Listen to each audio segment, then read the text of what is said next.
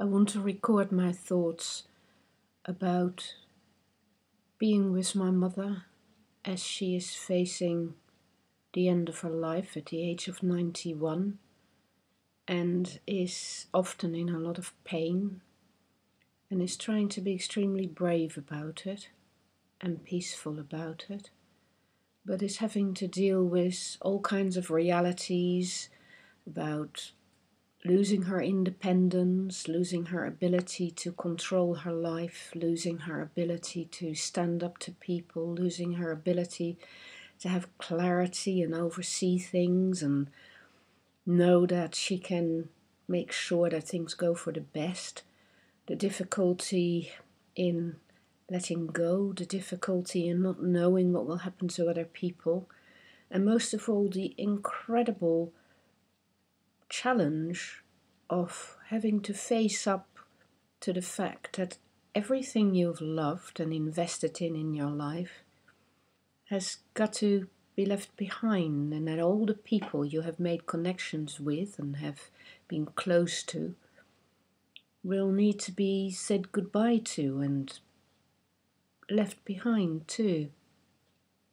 This is all much more difficult in reality than when we talk about it in theory.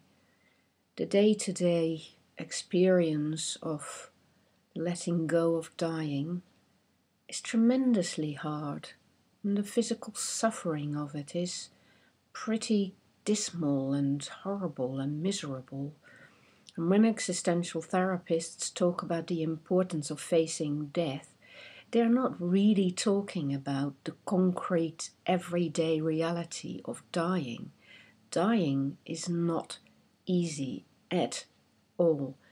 It is a difficult business. I have never seen anybody dying an easy death or a comfortable death or being completely at ease with it or at peace with it. It's always a struggle. It's always difficult.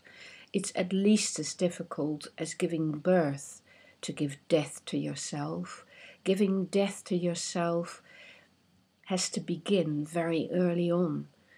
One thing I've learned from seeing my parents dealing with the dying process and my in-laws dealing with the dying process and uncles and aunts dealing with it, people who I really know rather than just people who I have worked with, people who I can see when they let their hair down and when they're real and they're in doubt and in fear about things. Well, the learning I've done from that is that your entire life prepares you for the moment of your dying, or rather the moments of your dying, the weeks and the months and the years of your dying. Dying is not something, except in rare cases, that we do all at once, suddenly, that is clean and beautiful and done with. No, dying is a long, long process where we struggle with all the adversity that it will bring, all the difficulties and challenges that it will visit upon us. Well, our attitude towards that is created by the attitude we have had towards our living, the way in which we live our life, and especially the way in which we process our experiences, our problems, our everyday events, how we learn from those, how we absorb them, how we sieve them for learning, how we use them as building materials for our character strength.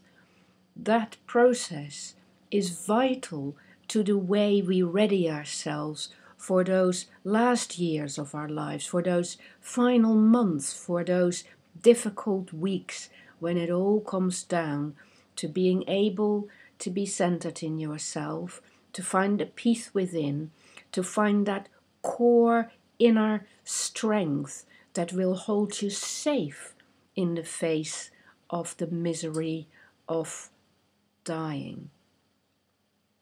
So take that lesson now while you can and begin to process your every moment, not just in relation to the things that happen to you, but much, much more importantly, in relation to the things that you make happen, or rather the things that you do not make happen, the things you are avoiding.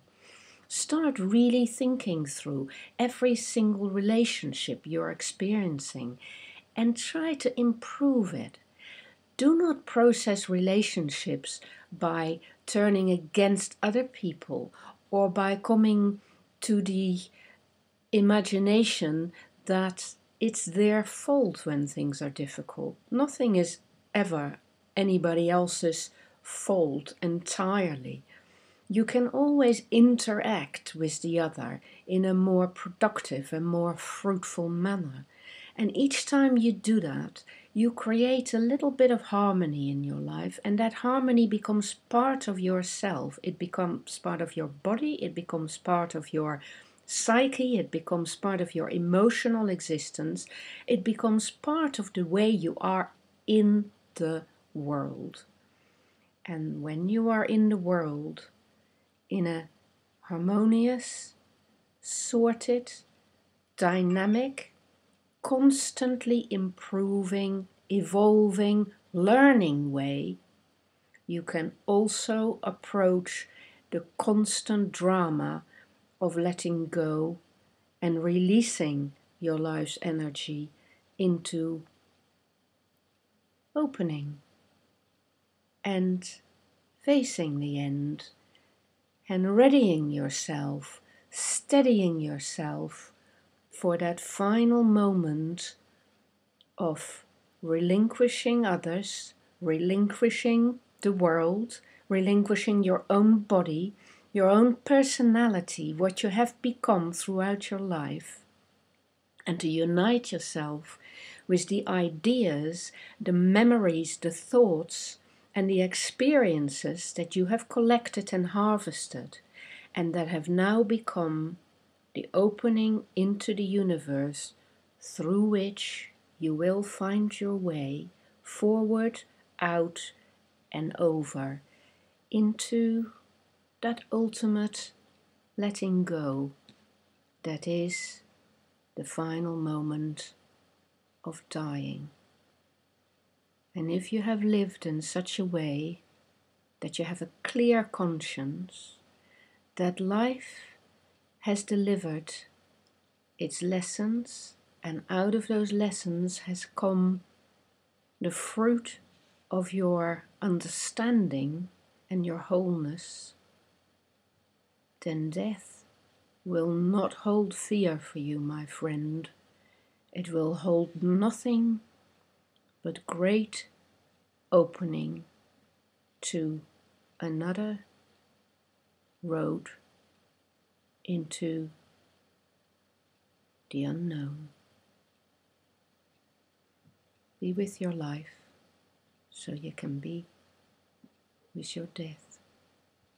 Be calm, be open, learn, have peace, my friend.